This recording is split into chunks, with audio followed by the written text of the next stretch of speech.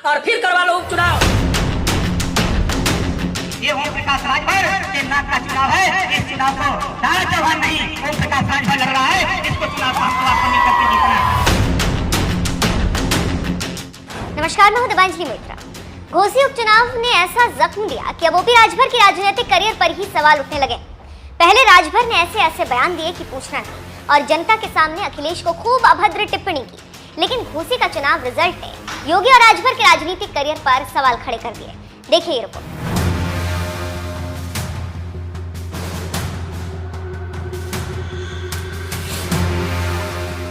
घोसी उपचुनाव को लेकर राजनीतिक विश्लेषकों की एक राय थी कि ये चुनाव इंडिया और एनडीए गठबंधन की लड़ाई है, और जब रिजल्ट आया तो तूफान आ गया। तूफान ये था कि घोसी उपचुनाव में सारी ताकत झोंकने के बाद भी बीजेपी बुरी तरह हार गई और एनडीए पर इंडिया गठबंधन भारी पड़ गया। सपा उम्मीदवार सुधाकर सिंह ने बीजेपी उम्मीदवार दारा सिंह चौहान को 42,759 वोटों से हरा दिया, जिसे लेकर सपा कार्यकर्ताओं में जबरदस्त उत्साह।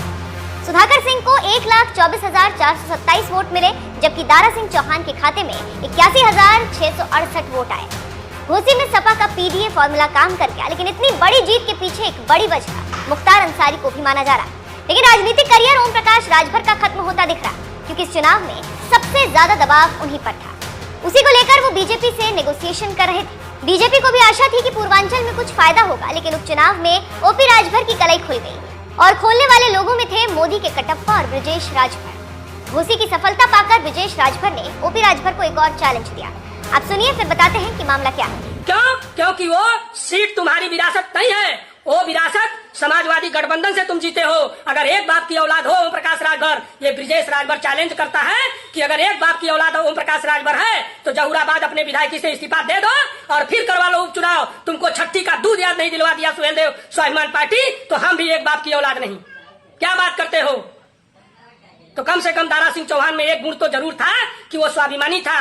वो ऐसे नहीं भाग के गया, वो इस्तीफा दिया और फिर भारतीय जनता पार्टी के सीट से चुनाव लड़ा, चुनाव हार गया। उसको उस गद्दारी के लिस्ट में नहीं देखा जाएगा जितनी बड़ी गद्दारी ओम प्रकाश राजभर ने किया। तो सुना आपने क्या कह रहे हैं ब्रजेश राजभर कि जहूराबाद से इस्तीफा लगाकर चुनाव लड़ लो, पता चल जाएगा। यहाँ पर एक और बात बताते चले कि इसी तरह का एक चैलेंज खुद ओपी राजभर ने दिया था जब चुनाव हो रहा था, और कहा था कि घोसी उपचुनाव बीजेपी ही जीतेगी, और अगर नहीं जीती तो मैं एक बाप का औलाद नहीं। सुनिए चुनाव के दौरान क्या कहा था ओपी राजभर ने।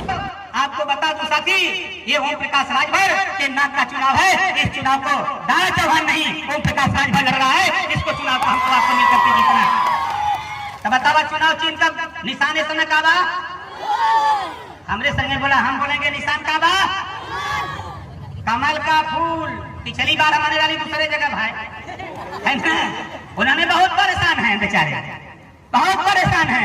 लेकिन ये ना जाने तुरंत कि घबरा मत तू लोग, जितना धोखा हम देले हुए हमारे नेतन के ओकर ब्याज सहित गतिविधि ब्याज सहित तो हम लौटा के हम सफाई ना पहुंचा देली तो सब अपने माँ बाप का बेटा नहीं। घबरा मत, आवा चुनाव मैदान में भेंट हो जाइए इंडियन, आवा चुनाव में भेंट हो जाइए।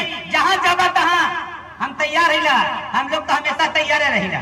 इन्हें घमंड रहल कि ओम प्रकाश राजभर के खत्म कर दे। अरे हमें का खत्म करबे भाई, अब तू खत्म हो दुआ कि समझ ला 20 साल लगातार 27 से विपक्ष में बैठा का जुगाड़ खाली बनावा, जीता का बात छोड़ दी था। बोला सही कहते गलत कहते बोला बटूर जाए कि ना बटूर जाए। अरे कई बूथ पर तो खाता न खुली, वो टोवे न पाई है। कई खबूथन पर देख ले भाई कि खाता न खुली। यो सोच ले है कि ओम प्रकाश राजभर का विचारधारा सोशल मीडिया, टीवी, अखबार, मैगजीन से कितना लोग जानत हुआ, जरा हाथ उठावा। तो सुना आपने क्या कह रहे हैं ओपी राजभर। हम बताते हैं कि पूर्वांचल की राजनीतिक कहानी क्या है। बात दरअसल यह है कि सुहेलदेव स्वाभिमान पार्टी की प्रदेश प्रभारी उर्मिला राजभर ने एक्स पर एक वीडियो पोस्ट किया।